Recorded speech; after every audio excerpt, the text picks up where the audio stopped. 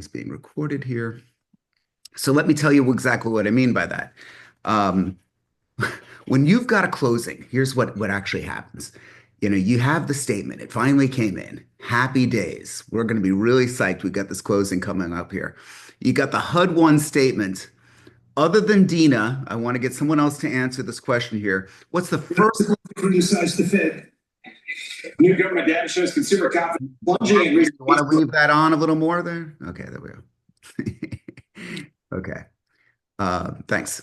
So, what's the first thing that you look at when you get that HUD-1 statement? This is pretty Your exciting stuff. your commission. Thank you. And where is that commission, Kenny? I don't know. I never see those statements. Oh, Well, I don't know. You guys have escrows in yeah, no, but the HUD-1, I don't care if you're in California Yeah. or anywhere. Where is somebody please shout it out right now. Aside from Dina, I know Dina's like jumping up and down to answer this question. Where is the commission on the HUD-1 statement?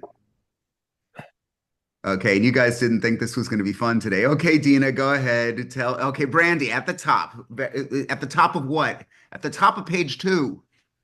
At the top of page 2. Now, I know that everyone's shying out on me here because that's the first bloody thing that you read as a realtor is you go right to that and see if they got that right. And the problem is that a lot of you are just leaving it at that. You're just saying, okay, the commission looks good, therefore the statement itself looks really good. And indeed, it's not your job to catch every single thing. You are not a proration expert. You're not somebody that's in there to know all this, but it would be nice if you actually took the time. We've got the tools available to us today to be able to utilize and to be able to look into it. Okay, Brett, if you don't mind muting yourself. Really quick and been really bad for Giannis and really bad for the league. I'll mute you. Just FYI, everyone, you're in a live meeting with a live mic and a lot of people here. So if you don't mind muting yourselves, you're all welcome to talk. If you have questions, that's great. But hearing the morning news in the background isn't productive. So I do want to say that. Okay, so you've got this stuff. You've got these great tools right now. First of all, I'm going to, every week I've said, well, are you subscribed to ChatGPT? Are you paying the $20? I'll go a step further. You have to do it. If you're going to be in business, it's just a must-use tool, similar to how years ago I had clients say to me, and I don't know if any of you remember this, oh, I don't use email. Can you fax it to me? No one says that anymore.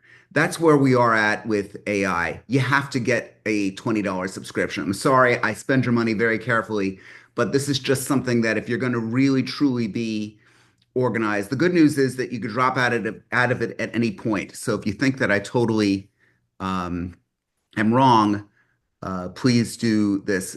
Marie, can I pick on you for a second? Because I see that you chatted here. Are you able to unmute yourself? Am I outing you here? Are you hiding from me? At any point, Marie? Yes, I'm on mute. Good Okay, morning. good morning. So Marie, just tell everyone who you are and where you are briefly.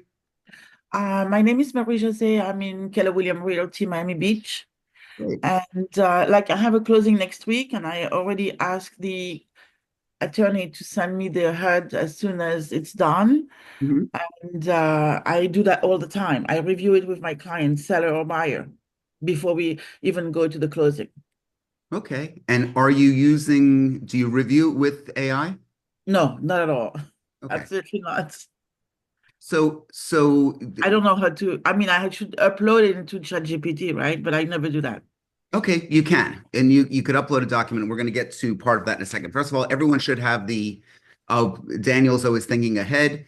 We've got the worksheet for you to open up. It's our workbook, and it's going to go through a bunch of things. You could be as specific or as non-specific as you like. In other words, if you want to truly recreate the entire closing, I don't think you need to.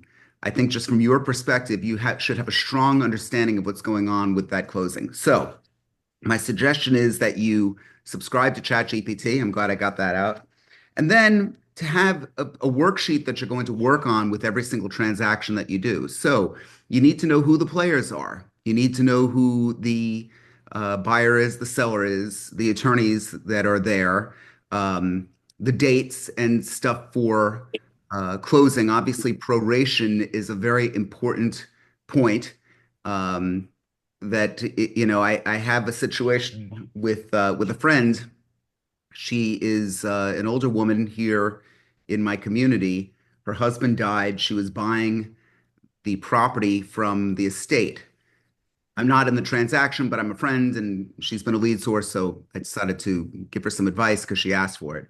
And one of the things that she said to me was, is there a way that you could review some of these closing docs? And, the attorney tells me some stuff, but he doesn't tell me everything. So I said, sure, let's take a look at it. And I put it into ChatGPT, and that was kind of the nucleus for why I'm having this meeting today. And one of the things that we discovered was that the proration of property tax didn't go in her favor. It went in the favor of the seller. In other words, we're talking about 7 months. What will the closing be? Oh, just a little more than half a year worth of property tax, which totaled $9,000, which was going to the other side. It wasn't going to her. This was an oversight by the attorneys in the deal. Now, I'm not going to tell you who this is or what it is, and I certainly don't want to defame any attorney, and usually things like this don't happen. However, they do happen from time to time. And ChatGPT picked it up and said, this is, yeah, and Marie, you're right. This is unacceptable. I agree. It is unacceptable. It's an unacceptable error. Any one of them could say, oh, we would have caught at the end or whatever. Again, I'm not here to screw anybody. What I'm here to say is that this is a great way to protect yourself. And guess what? As a realtor, you look like a fucking superhero. We love that. Sorry for saying fucking, but we look like a superhero. It really is. That's really such a huge portion of what we're doing here. And you're able to get that across. So now that we've got everyone in the meeting, we're going to take a look at ChatGPT, and I'll show you some of the features of it and what you could actually start doing with it, and why you should spend your $20 a month, and how I'm spending your money very carefully. ChatGPT has something called projects.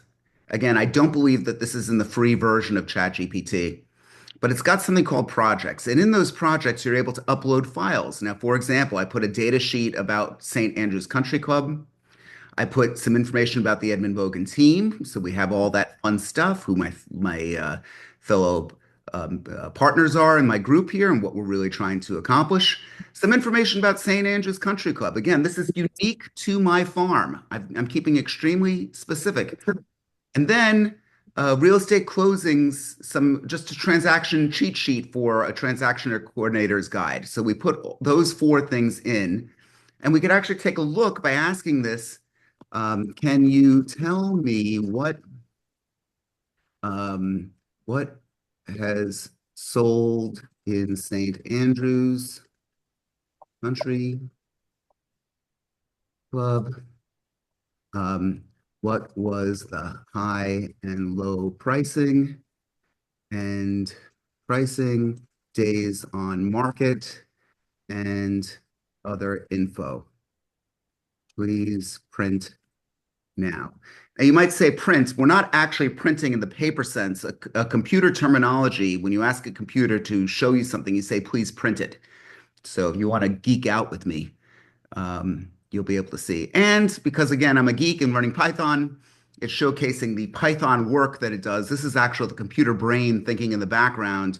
What is this guy asking me for? What's the highest price, the lowest price? It's coming up with some surveys here, and it's going to spit out this information in just a moment that we could actually take a look at. So now we're going to talk about where we got this from, because I have a feeling that Dean is going to ask me where this information came from in the first place. But let's take a look at what we have here. And how do you update it on a regular basis was my Okay. other question. Tina, you always ask the smart questions. That's why you're my favorite. Here we go. So now we've got, this is what's closed in St. Andrews Country Club in the last, this is actually what's opened and closed. So we could actually see the pricing. We could see the MLS number. We could see all this. Now, keep in mind, I uploaded this information to them, and we've got this on an easily readable spreadsheet. But what I could actually say to them now is, please tell me the average price per square foot. And once again, it's going to go through its little calculations and all of that.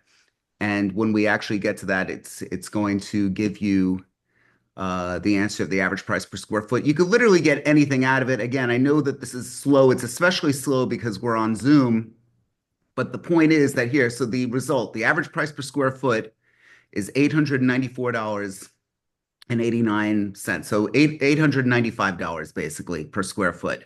So that's what it's actually coming up with in here. Now we could do one other thing. I am selling 17657 Foxborough Lane. It is 4,100 square feet, 4 bedrooms, 4 bath rooms, 1 half bath on a 1/3 not 13, 1/3 acre lot, which is a dry lot, no water. The home was gut renovated. Better wash your face. And brush your teeth 11 years ago.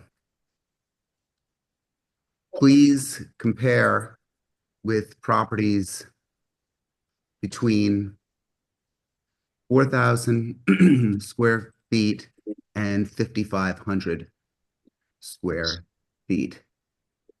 Give me cost per square foot and write a CMA for this property.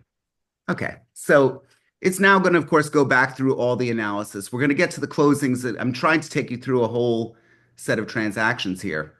It's a dirty face. You have such a dirty face. Yeah, it sounds like grandkids are home or something. Okay. Okay, so let's take a look at here. CMA for Foxborough Lane, size 4,100 square feet, 4 bedrooms, 4 full baths, 1 half acre size. So it gave the information. And it's coming up with the comps here of what's actually sold. And it's giving the various supporting comps.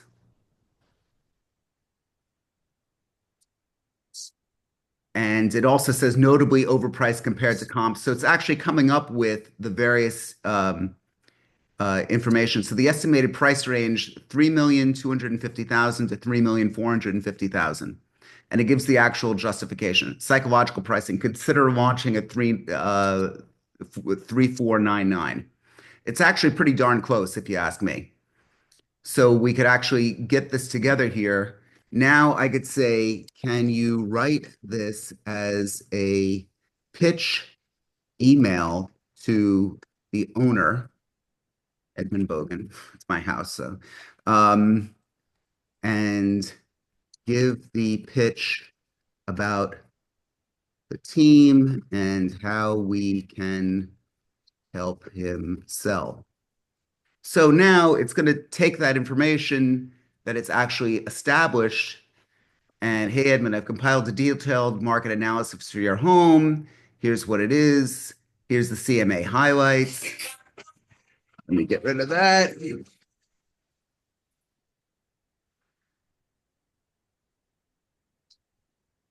And it's giving the argument for why you should work with the team, unmatched experience, all these stuff that I've actually put into this. It's actually given us as a pitch letter. So you can see it's a pretty powerful tool that gets started just by what you actually put into the database. Again, I'll go back to where it was. Projects, St. Andrews comps, and that's the information that I actually have here. Okay, we're going to get started with the CMA, with some of the tax and the closing information and the closing statement. But I want to just open it up for questions if there are any at this point. I want to just see if anybody liked what I had to say. sort of. Kenny, you don't need to applaud, but did I suck or are we okay? Okay, something like that. It was great. Okay. So it's obviously a pretty powerful tool. Dina, you were asking two questions before. I'm sorry, I'm having a senior moment here. You got to unmute. Sorry, yeah, I was just unmuting myself. So I was asking, really the bigger question, not was one question, is how do you update that on a regular basis? Like, I know that Mhm. a new listing came out this morning in St. Andrews. How do And you add that to that list to put it into the pool of information? I'm so Can you just update the list, or do you replace the whole list? Like, actually, functionally, how do you do it? functionally, I like to replace the whole list because it is so easy to do. Let me just quickly show all of you what I do. And again, this is going to vary from association to association. This is the information that I actually pulled out of it, and this is not a an MLS class, so I'm not going to go through how I got this. Just trust that if you have the MLS, there is a similar search feature where here I pulled all this information in there, and let me just try and get this a little bit bigger for you. Sorry, my screen is just very cluttered right now. This is annoying. So what I do is, sorry, you know how these meetings have everything on the screen. So I take all this information up to that point. Do you see this, Dina? I do, but the new one is not on there, is it? I'm looking Oh, for it. okay, Do you see? so the new one might not be because I don't want to repopulate this just because I did a few Okay. things, but It'll take a what minute. it might take a minute. But assuming that I did repopulate this, I will then take this, I will copy it. I will go to, okay, I have that there already. I will create a sheet in Google Sheets, and you guys really should be using Google Sheets if you're not as well. It's basically free. And there, now I've got the information in here. And what I would do from that, I can name it more St. Andrews. We'll go demo, so I delete this later. Um, and I can now download it as a, I like to download it as a CSV file. The computer reads the CSV files a little bit more. And here's the actual image. Let me just go in here. So more demo, I put this here. Now, Dina, you asked how to update the thing. We're going back ChatGPT. into the project files. We click on project files. We click add file, and we could add it right here. I'm not going to do it right now. So now more and more context actually goes into that project. If you take anything from this meeting, it's that you could create a project within ChatGPT that makes it truly unique to your circumstance. Like over here, I also added something called instructions. So I put in, you are a transaction coordinator responsible for creating and understanding the closing transaction. I want you to act as such, and everything that you do, I want you to be able to gather that information and easily understand, okay, I need to change the grammar here. Additionally, I want you to serve as oh God, I gotta change this now. Sorry, guys. Well, it might be grammatically sucky, but somehow it understands this. I want you to serve as an opportunity to create CMAs so you have a dual role. Here's some further information. So it's got all the stuff in here, always base values on closed transactions. That's where the truth lies. Use 2025 onward closed sales in St. Andrews Country Club. So you're giving the ChatGPT, this little tiny slice of ChatGPT instructions, and it's taking those instructions and taking them to heart, and it's actually taking those instructions and then executing based on your request. What can you do with this? Everything. What you need to do is after this meeting, you need to go and take. We could hear you, whoever's talking. Okay, here, I got you. Okay, there. So what you need to do immediately following this meeting is go out and find what's going on within your community, build that type of database, and be able to send a CMA to a neighbor and send it as a pitch letter. You now have the knowledge base. And again, this will be up in our instructions. Or if you don't want to do that, you could hire us and we could do it for you.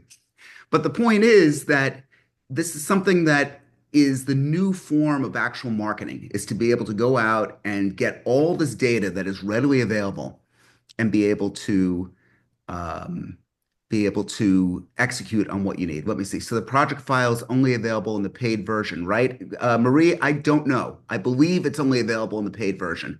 I only have the paid version, but get the paid version. It's $20. Who gives a shit? I mean, it's just like there's a bare minimum of what you need in your career. And I'm just telling you, this is one of those things. And it's not even a long-term commitment. If you, after a month, you think that it's too much for you, then you could downgrade. But, you know, for God's sakes, people are spending all this money on Zillow. They're spending all this money on all these other tools. They're doing all this stuff. They're advertising on Facebook, which oftentimes gets nothing. I'm asking you for $20 to make yourself just a little bit better. It's no money. And I'm like, I've been thinking about this the past year. I've been saying, if you have it, if you have it. Now I'm going to act as though you have it. You either have it or you don't. If you have it, you want to go forward with your career, you need to spend the money. I'm sorry. That's what the that's the new standard of what's going out there. Just as once upon a time, people got faxes. Nobody gets a fax anymore. Everyone has email. This is the new standard. Spend the money. It's worth it. Okay, we're going to get on to the next portion of this, which is questions. Let me, before we get on to that, any questions so far? Dina. I do want to tell you, because I have two accounts, one free and one paid. The free account, you cannot do projects. I'm just confirming it for you, just so you know. So you see, Dina is always here to tell you what I meant to say. So that's good stuff. Okay, so I went online and I got a HUD form, and I would encourage you guys to do that. HUD-1 forms are public information. Your clients might not believe that, but it is. It's filed publicly. When you read the tax records, you know exactly what someone paid. But if you want to dig even deeper, you could find out what the prorations were, what the commission to the broker was. You could take a look historically at what people have done. You need to start using these insights in your own career. If you know that someone paid a commission in the past, I've had people come to me and say, well, it's an expensive listing. Maybe I should only ask for a 2% commission. Well, if you look at the history of what they've sold before and you see that they paid 3% or sometimes even more, why would you go for less? By the way, that was worth the cost of admission today. If you think about it, why would you go for less? Intelligence is everything. That is the new standard for what we need to do. You need to be able to think and be able to get that information before. And today, more than anything else, if you take anything from the meeting, it's that this information is available. Okay, so let me just go back to our ChatGPT. And one of the things that I'm going to do is I'm going to give a sample HUD statement. Well, first, let me show it to you. This was just a draft that came online. It was a theoretical deal, I suppose. It was in Miami. And it was done, I guess, in 2017. So it's obviously a bit dated over here. So Dina sees the commission. It was 3%. Of course, this was probably put together by someone. Ooh, look at this. I can pay a lot of money today. So you have this draft. Great. So we see what that is. Now, let's take this and actually put it right into ChatGPT. Okay. Now, I'm going to say, please go over this HUD-1 statement and summarize it. Give me key details to explain to my client who is the buyer. So now, once again, it's going to give a clear and clean understanding who the players are, what's due, what's not due. By the way, let me just close this for 1 second. You might want to create a project for every transaction that you're involved in. If you think about it, you might want to make a project just unique to the transaction that you're doing. I think ChatGPT allows for 20 projects, so you may have to delete that project as these things get fuller. But I believe that you can do this. And now look at all the great information. Adjustments, taxes paid by the seller for the buyer's benefit, net amount paid by buyer, major settlement charges. So it's going on with all of the settlement charges. And it explains it in a very clear and clean way. So now let me just take this a step further and show you what you could do with it. Please write a sample email to the buyer. Let's call her Dina. Dina Ulrich. We'll make it right here. Let's call her Dina Ulrich. Explain the details she should look for and express that we stand ready to help her at any time. Make a point that our commitment is for life. If they need help, just call. Make this a friendly yet authoritative tone. Okay, so now we got the information out, and here's the friendly thing. Hi, Dina. Hope you're settling in well and enjoying your new home. Attaches your home HUD-1 settlement statement from closing. This is an important document to keep for your records. So it gives her all the details that you want. And we may want to just, it might be too detailed or not detailed enough. Our commitment to you, Dina, I want you to know something important. Our relationship doesn't end at the closing table, whether it's a quick transaction, contract referral, help with property documents, or simply about real estate plans down the road. You can always call me. Our commitment is for life. You are part of our real estate family now. That means we'll always be here when you need us. By the way, Dina's on my team, and she's a good friend. And she cooks, she bakes. I don't know if I told any of you, she bakes. So my birthday is coming up in about a month, and I want her to know how important she is. And I like chocolate layer cake.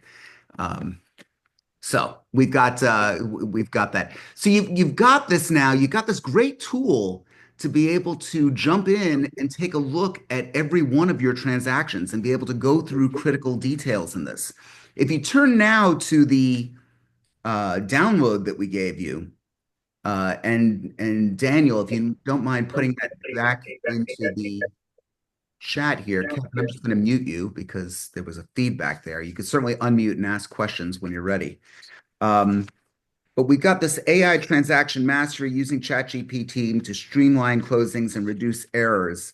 And one of the things that you're going to see is all the stuff that you need to know. If you're a complete beginner with ChatGPT, it gives step-by-step instructions of what you need to do. If then from there, it gets into the transaction stages, AI touch points, all the things that you think. This is a guideline, by the way, guys. So you could keep adding more and more information as you see it. But what I'd really love to see you do is play with this. Spend time trying to figure this out. Do a theoretical deal. Screw it up. Okay, be the kid that took mom's toaster apart. That was me. I got into a lot of trouble for that, but you're not going to get in trouble this time. Go ahead and screw this up. Just go try and tinker.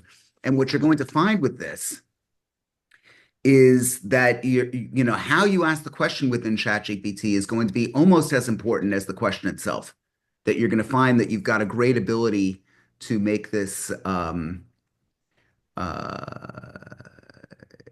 Joanne asked the question, what do you mean the HUD statement is public? Where do you find that? I'm in Texas. I don't know where you find that in Texas.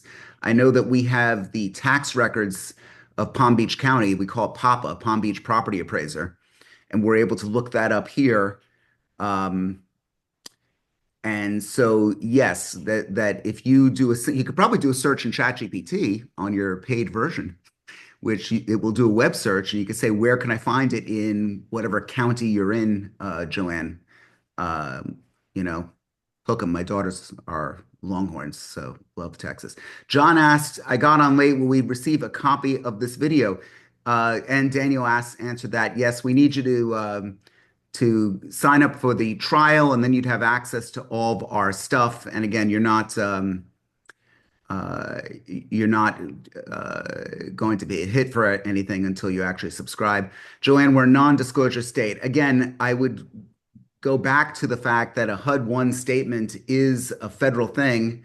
I don't know what it is individually. Right from the beginning, and I'm going to say it again, this is just my observations. This is in no means legal advice, and I would urge all of you to check with your broker, to check with the with legal. You could call the realtor hotline if you don't have a lawyer to call. I mean, we have lots of resources.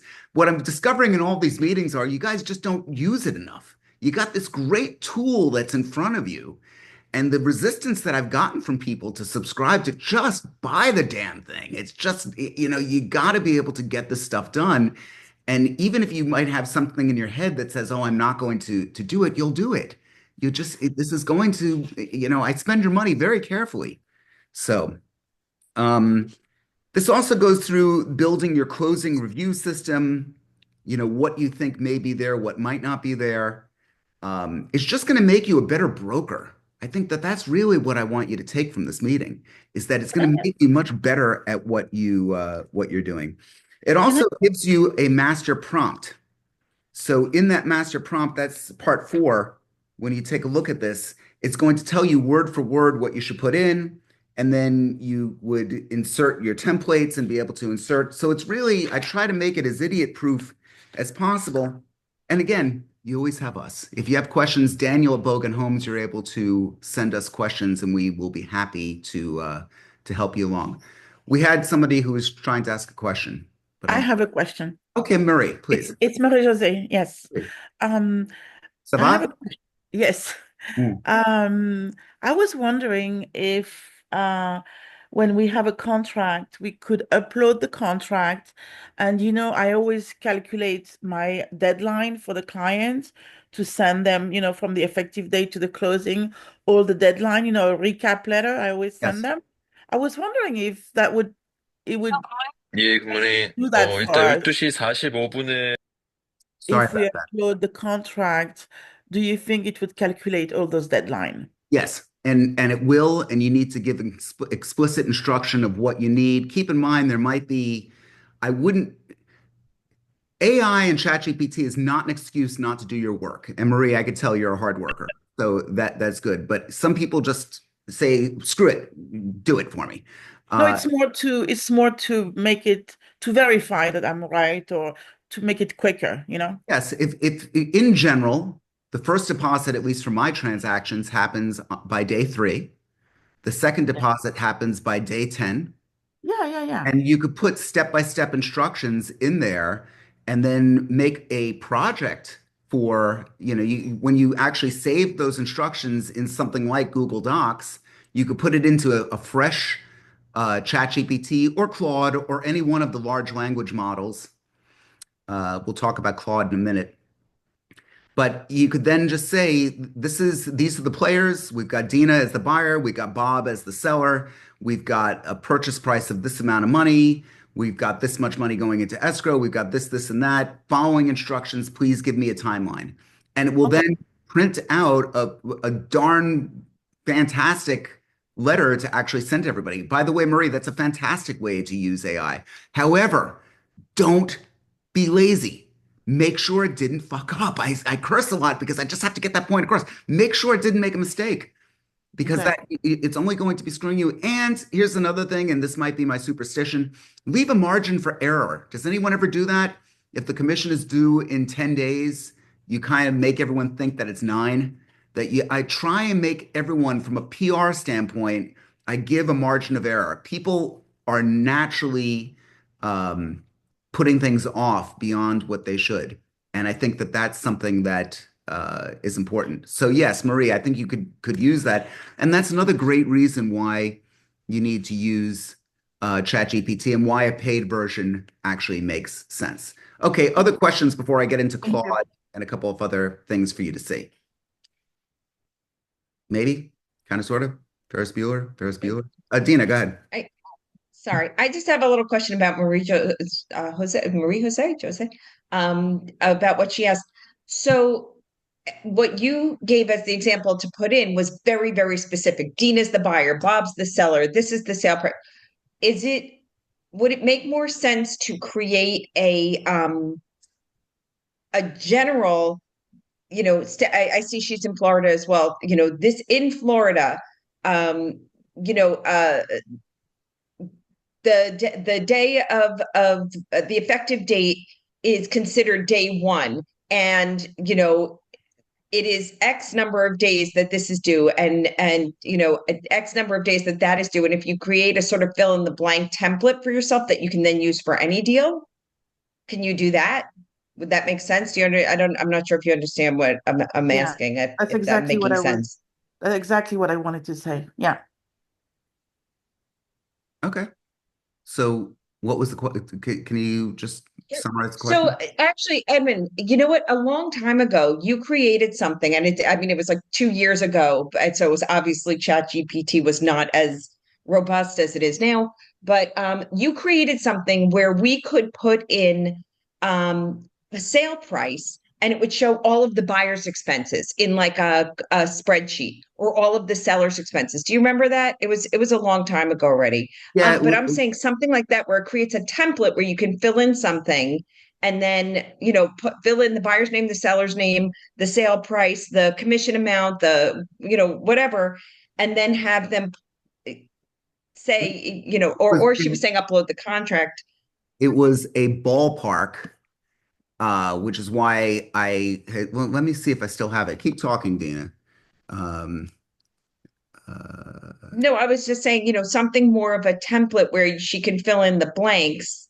She was Yeah. saying upload the contract, and could it read the contract, and pull the details. But yeah, let me it's just, like once you have to fill in all the information yourself, it's almost like, oh, I can just write the letter myself. But Yeah. if you could create a general template for this set of instructions, I guess is what seems like it would be the best way to go about it, is create a general template, and then say, based on this template, I'm just thinking sure, it through as we're sure. talking, So based on this template, let me show can you what it we, was, because it wasn't AI, it was this. So I created a okay. closing cost app. And what I had done was I entered a purchase price. Guys, don't fault me if it doesn't work, because it's been a long time since I used this. And yeah, so now it makes its own adjustments. We made a 4% commission. Let's make a 5% commission. You see that it's moving. If you look at 2 lines above, make it a 6% commission. So you're seeing the different stuff. I was being very optimistic, and it came up with the closing fees, the different stuff. The problem is that this was not perfect by any means, and I was working on programming it again, and then I kind of stopped. But we could definitely go through a spreadsheet class at some point if anyone would like it. You have to let us know. I think that we underuse data. Um, so closing cost to buyer $55,435, cost to seller $216,799, percentage to the seller 7.23%, which again at a 6% commission is kind of in line with where it was. I was trying to make a ballpark estimator of those costs, and without pulling the data directly from the MLS, it was a problem. Go ahead, Dina. So my question, I guess, then is, can you use a spreadsheet like that, upload it into ChatGPT, Mhm. and then use it to say, use this date here. I've got this spreadsheet. Use this data to create a letter that I can send to the seller, because they're asking me what their estimated closing costs are, and and they want to know it 2 months before the HUD is coming out. Like, so they're asking me as their realtor to give them an idea of closing costs. So Sure. we could use it for that, or something similar to what Marie was speaking about, which was the closing dates. Can we create a spreadsheet, then upload it, and then make that a general template for? The short answer is yes. The short answer is that you can definitely get data from almost anywhere and train your ChatGPT or Claude or any one of these LLMs. LLM, the acronym is large language model. You know, people think AI is just ChatGPT. AI is in so many different things. So let's just call it, be very specific here. You can definitely do it. And depending upon how the question is asked and positioned, you could have some great success with it. Again, on a consultative level, on a consultative basis, Eitan and I are doing this for clients where we're setting up their own type of AI agent. Let me just show you what one of these things are. Dana, we'll get more to it in a bit, but I do want to move forward with the meeting here.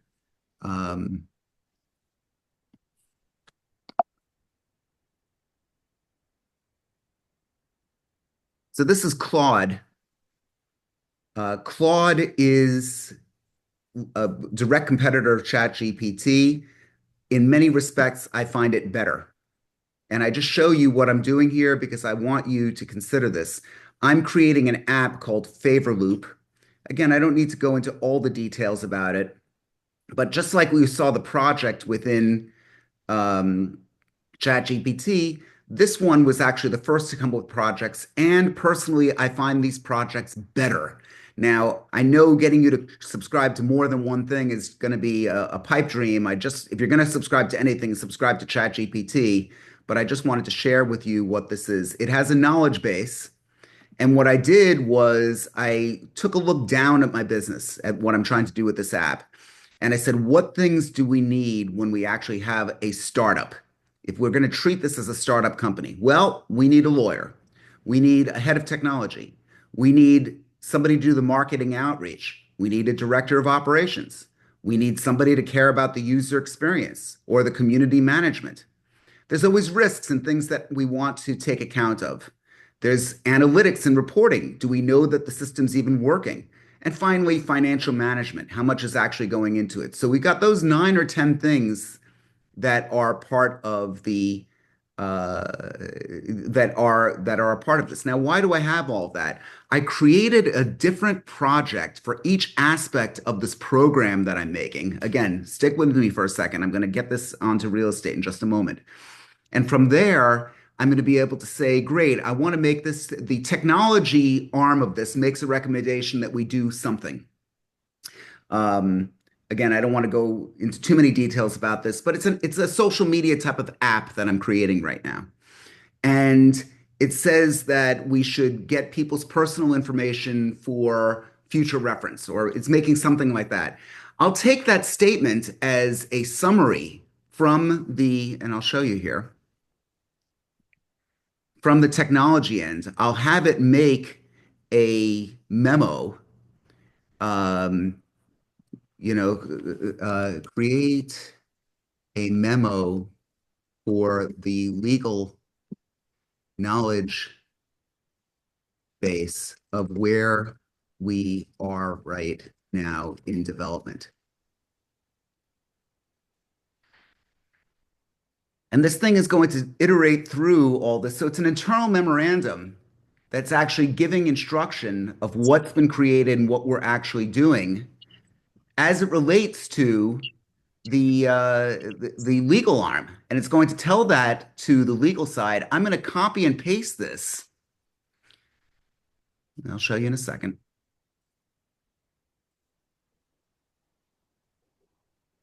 So there, I've got my little memorandum that's internal. Notice this is just as if you're working in a corporation with a bunch of people, but in this case, your employees are the computer itself. So now I'm going to take this and I'm going to go back to legal. And I'm going to say the tech department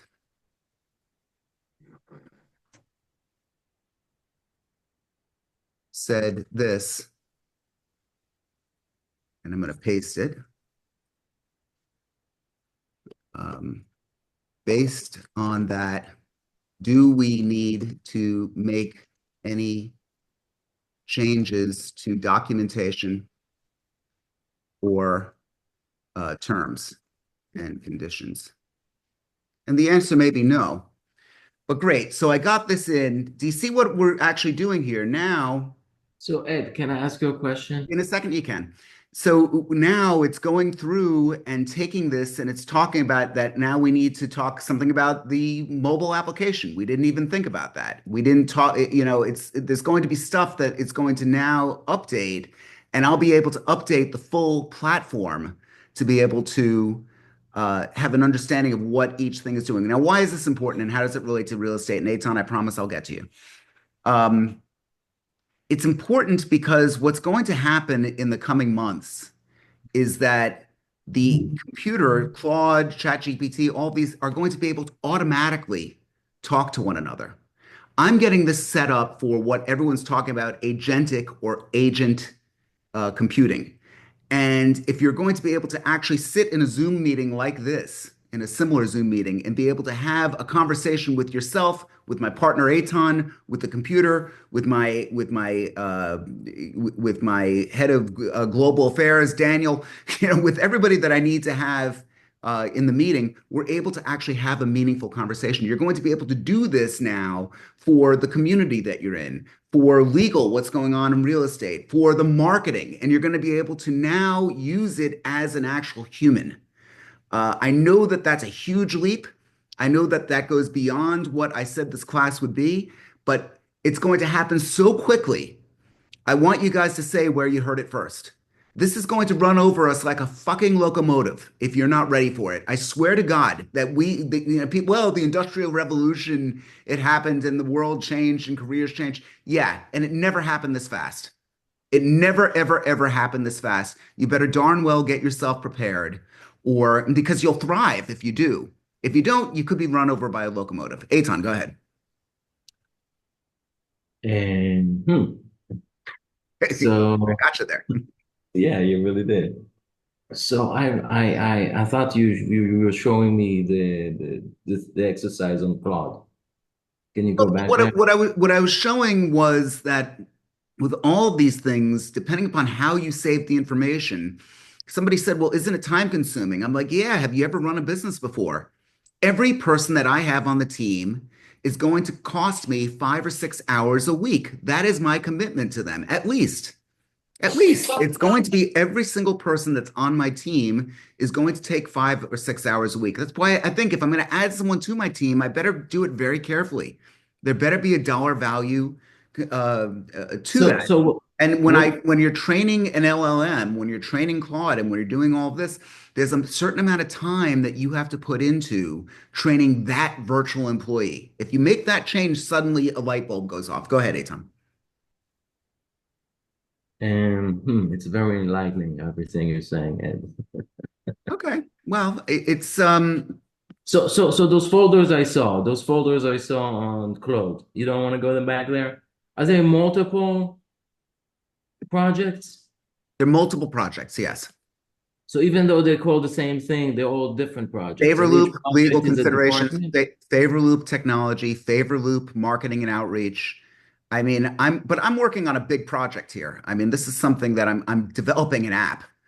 And I don't really fully know how to program.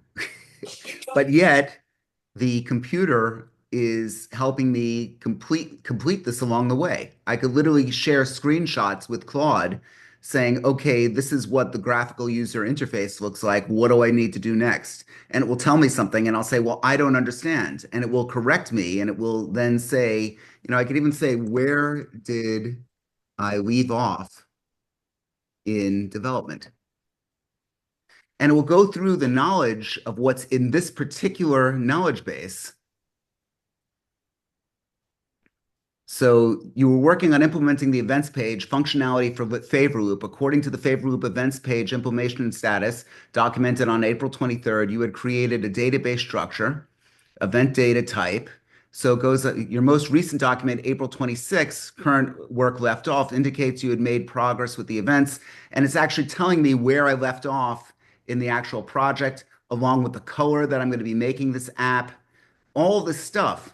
And it says, based on this, I'm working on bubble.io, which is a platform, a development platform.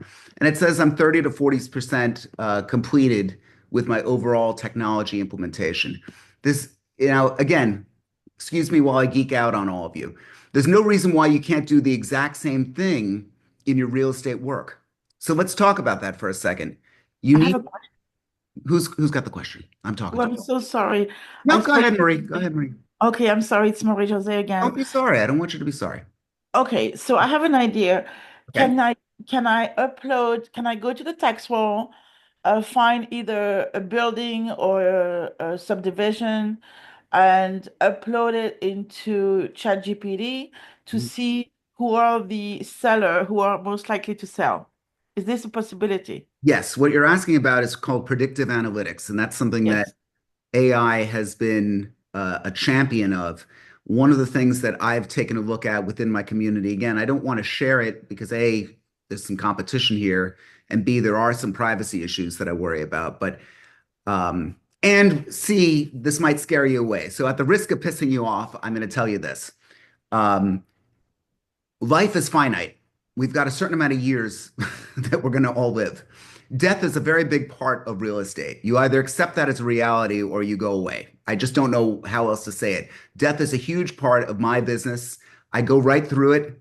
I understand what people are actually going through. I'm not going to be an ambulance chaser and chase a deal, but I do want to know if something's actually coming up. So if you're able to get actuarial tables based on life expectancy, if you're able to get details about family and about who's around, again, I don't want, when my mom died, I had no less than 5 realtors call me off the obituary. I thought it was disgusting.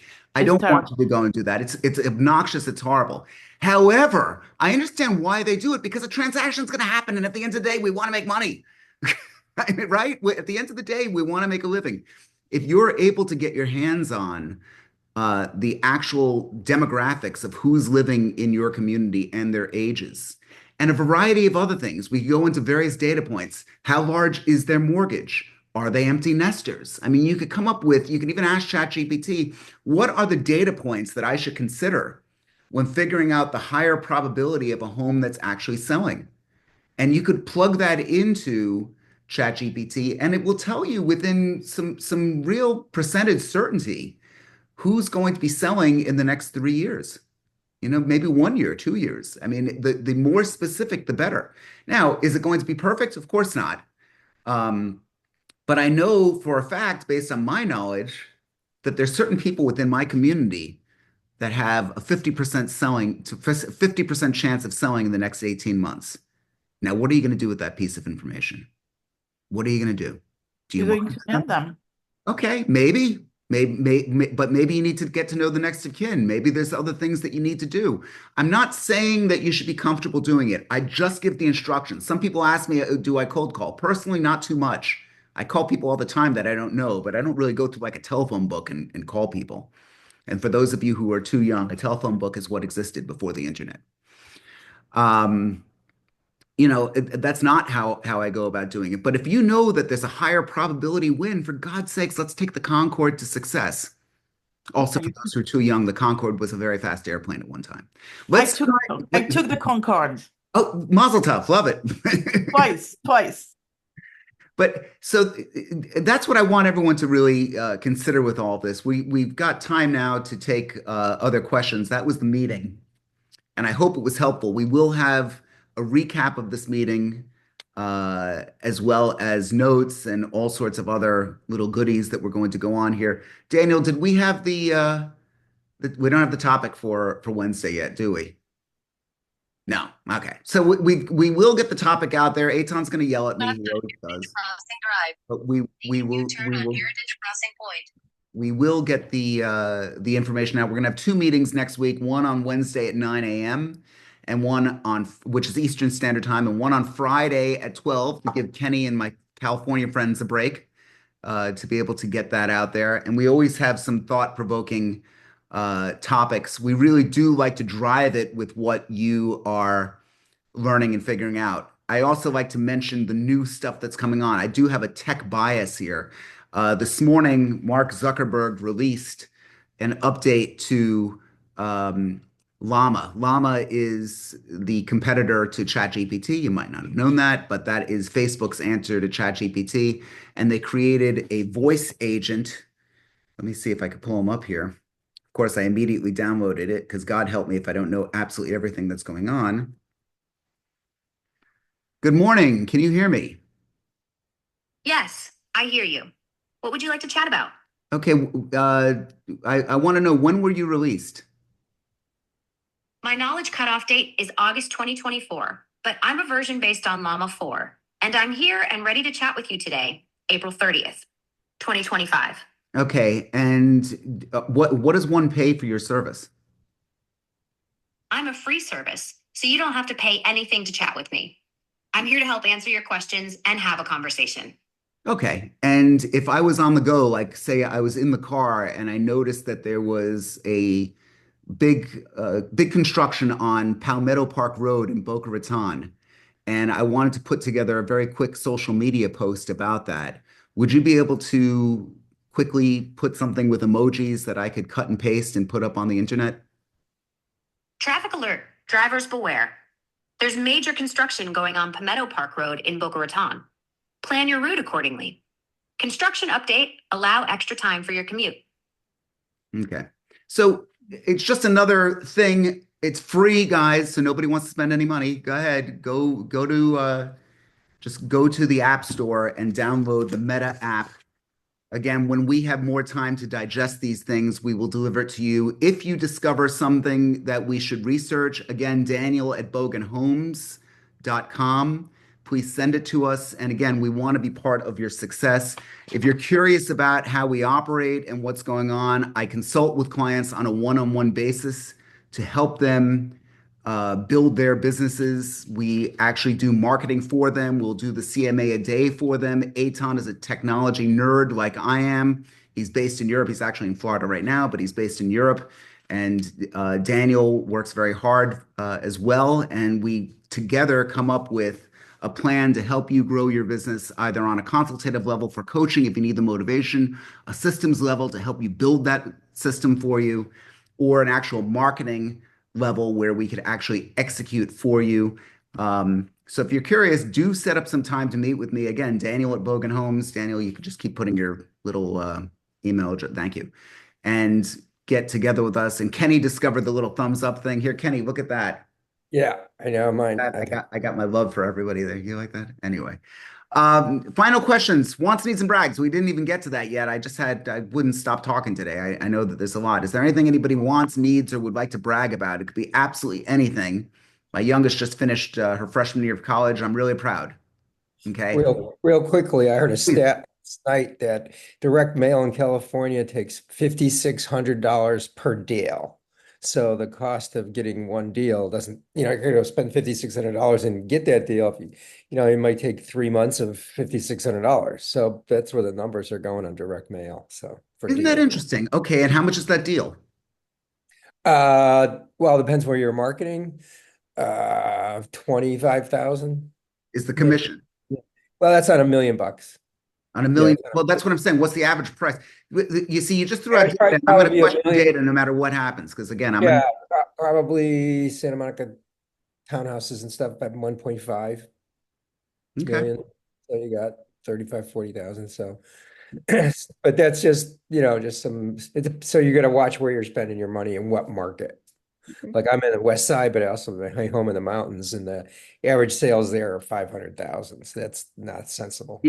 And I think it's a very, very good point that you could get hung up on the expenditures, and you need to definitely. I'm a big fan of spending money, but certainly spending it the right way. I wouldn't spend a penny on anything that isn't well positioned. One of the things that you could do is take a look at what the cost right now. Did anyone make it to the absentee owner meeting that we had?